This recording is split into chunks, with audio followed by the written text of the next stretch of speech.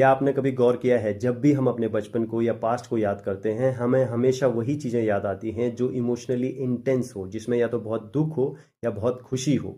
इसके पीछे कारण है हमारा ब्रेन इमोशनल कंटेंट को ज़्यादा वैल्यू देता है।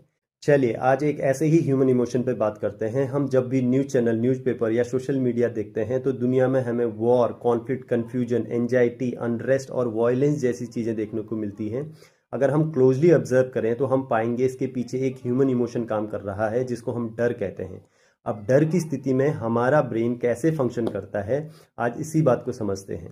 हमारे ब्रेन के अंदर एक छोटा सा स्ट्रक्चर अमेगडला होता है। अमेगडला का काम है खतरे की सिचुएशन को डिटेक्ट करना और ब्रेन को अलर्ट करके खतरे का रिस्पॉन्स देना। मान लीजिए आप किसी सुनसान सड़क से गुजर रहे थे और आपने देखा सामने एक खूंखार कुत्ता पिटबुल लेटा हुआ है।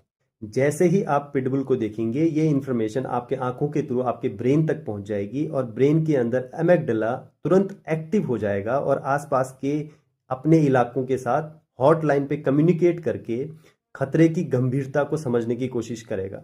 आसपास के एरिया जैसे कि हिपोकैम्पस नाम का पड़ोसी, ये पड़ोसी सारी घटनाओं का रिकॉर्ड रखता है जो इस तरह की घटनाएं पहले घट चुकी हैं।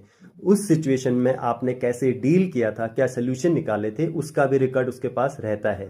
ऐसे ही दूसरा एरिया है प्रीफ्रंटल कॉर्टेक्स। इसका काम है शांति से सोच विचार करना, घटना को एनालाइज करना और उसके बाद डिसीजन बनाना कि आगे क्या करना है। ऐसे ही दूसरा पड़ोसी है हाइपोथैलेमस। जैसे ही हाइपोथैलेमस नाम के पड़ोसी को पता चलता है कि खतरे की सिचुएशन है, वो कुछ हार्मोन रिलीज करता है जैसे एड्रेनलिन, एपिनेफ्रिन, कॉर्टिसोल जैसे।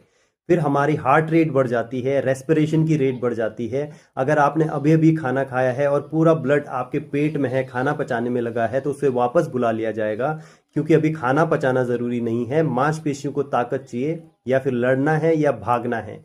ये सिचुएशन तब है जब खतरा अभी आपके सामने नहीं आया। मान लीजिए पिटबुल आपकी तरफ भागता हुआ आ रहा है, तब कॉन्शियस माइंड का रोल खत्म हो जाता है। सब कॉन्शियस अनकॉन्शियस चार्ज अपने हाथों में ले लेते हैं।